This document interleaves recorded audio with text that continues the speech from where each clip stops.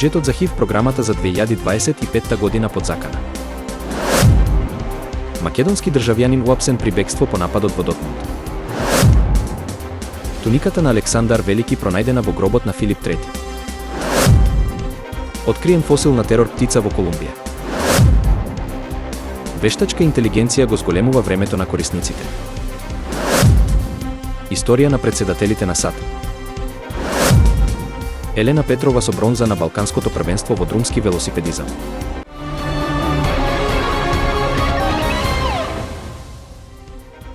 Тринаесет граѓански организации и Црвениот крст на Македонија испратија писма до надлежните институции, изразувајќи загриженост поради намалувањето на средствата за програмата за ХИВ за 2025 година. Според Сдруженијето Заедно посилни, буџетот од предвидени 90 милиони денари не е доволен за основните потреби на програмата, вклучувајќи обезбедување на терапија и превентивни мерки. Според нив, недостатокот на средства би довел до ризик од нова епидемија и компликации кај пациентите, со што би се поништила досегашната инвестиција од над 25 милиони долари во контролата на ХИВ епидемијата. Извршниот директор на Заедно посилни, Андреј Сених, истакнува дека терапијата е клучна за спречување на преносот на вирусот и за намалување на здравствените и економските трошоци. Тој нагласува дека во 2018 година буџетот за ХИВ изнесувал 95 милиони денари за 200 пациенти, додека за 2025 се предвидува помал буџет, иако се очекува бројот на пациенти да надмине 500. Македонски државјанин со нож ја нападнал својата поранешна партнерка во Дортмунд. Според германскиот весник Билд, осомничениот ја нападнал својата партнерка во нејзиниот нов дом во Дортмунд, оставајќи ја тешко повредена во ходникот. Децата на возраст од 3, 4 и 6 години побарале помош од соседите, кои веднаш ја известиле полицијата. Жртвата неодамна се преселила со своите деца во обид да се заштити од партнерот, но трагичниот исход го разниша семејството. По инцидентот, осомничениот бил уапсен додека се обидувал да побегне кон Македонија и моментално е во притвор во Нирнберг, од каде што ќе биде префрлен назад во Дортмунд. Децата, кои за среќа останале неповредени, веднаш биле згрижени од страна на Канцеларијата за заштита на младите и прегледани во детска клиника. Нивната состојба е стабилна, а планот е тие да бидат предадени на семејството на нивната мајка, со цел да добијат соодветна поддршка и грижа по травматичниот настан. Во значајно археолошко откритие, тим на истражувачи од Демокритов универзитет во Тракија, предводен од професорот Антониос Барциокас, ја истражува виолетовата туника пронајдена во гробница во Вергина, за која се верува дека некогаш му припаѓала на Александар Велики, наречена Месолеукон Сарапис. Туниката не е пронајдена во гробот на Александар, туку во гробот на неговиот полубрат Филип III Македонски. Ова откритие отвора нови прашања за врската меѓу овие две значајни личности, при што се претпоставува дека туниката била наследена од Филип III по смртта на Александар. Изработена од високо квалитетен памук и обоена со ретка виолетова боја, облеката укажува на врвната мајсторија во античкото ткаење, која била достапна само на аристократијата. Дополнително, истражувањата во вториот гроб откриле и други значајни артефакти, како што се златна диадема и златен дабов венец, што ја потенцира важноста на оваа археолошка локација. Предходно се сметало дека вториот гроб му припаѓа на Филип II, таткото на Александар, но новите наоди го прецизираат идентитетот на погребаните, препишувајќи го гробот на Филип III.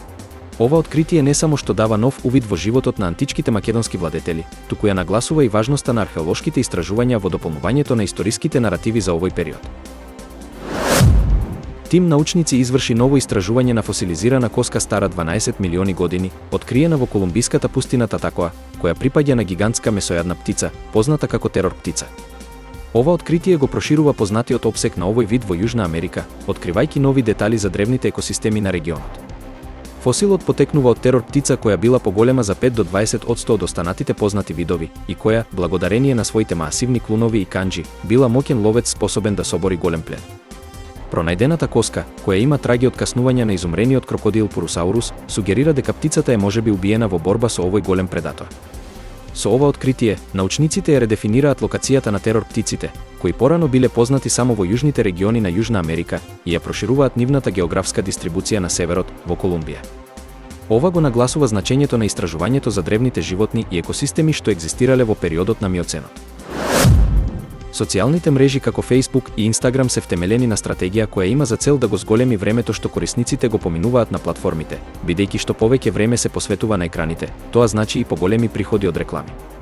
За да го постигнат ова, технолошките компании постојано ја усовршуваат својата стратегија, вклучувајќи алгоритми за вештачка интелигенција, кои го зголемуваат ангажманот на корисниците. Како резултат, Мета пријавила зголемување на времето што корисниците го поминуваат на овие мрежи, со што добиваат на ефективност за рекламирањето. Покрај тоа, Мета најави нови стратегии за дополнителен ангажман преку генерирани содржини од вештачка интелигенција. Оваа иновација има потенцијал да го зголеми времето поминато на социјалните мрежи, што ќе доведе до поголема изложеност на реклами и поголеми приходи од истите. Сепак, оваа стратегија носи и нови трошоци за развој на технологијата, што ќе влијае на финансиските проекции на компанијата.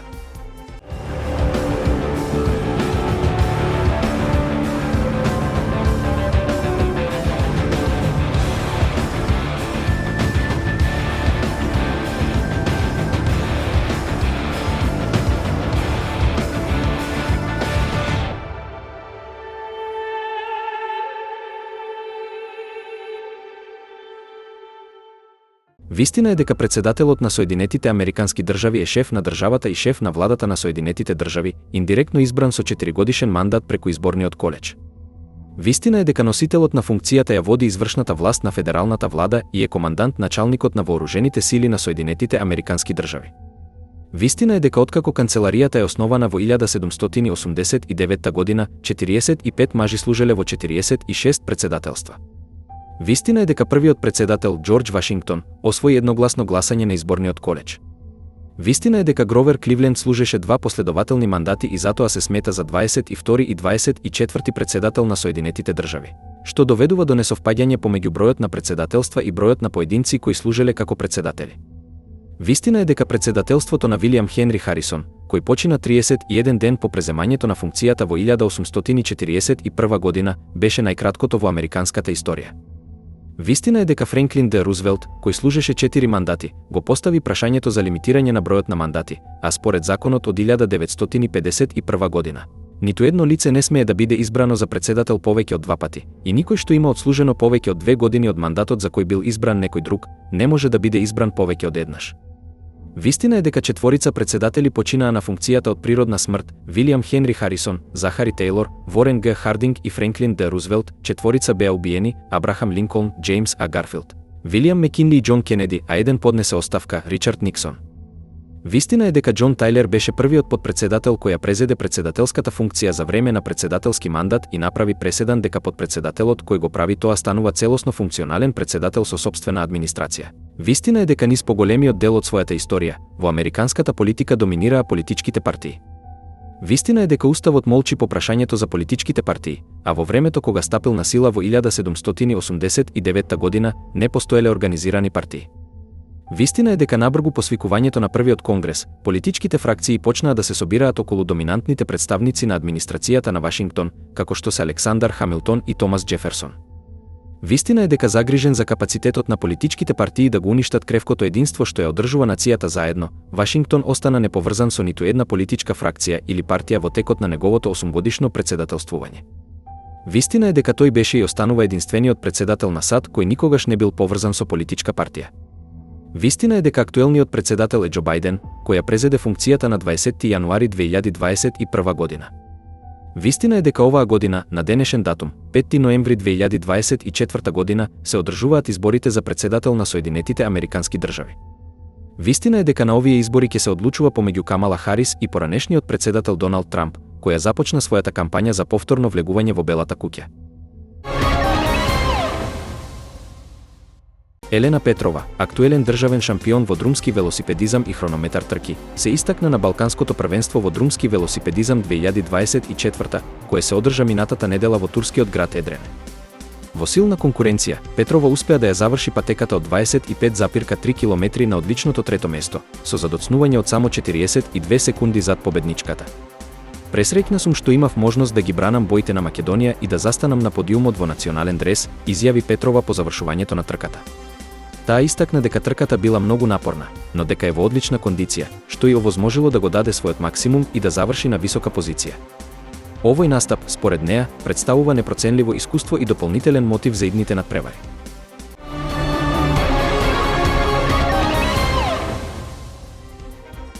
Буџетот за ХИВ програмата за 2025 година под закана.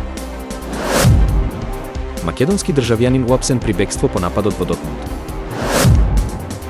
Туниката на Александар Велики пронајдена во гробот на Филип III. Откриен фосил на терор птица во Колумбија. Вештачка интелигенција го зголемува времето на корисниците. Историја на председателите на САД. Елена Петрова со бронза на Балканското првенство во друмски велосипедизам.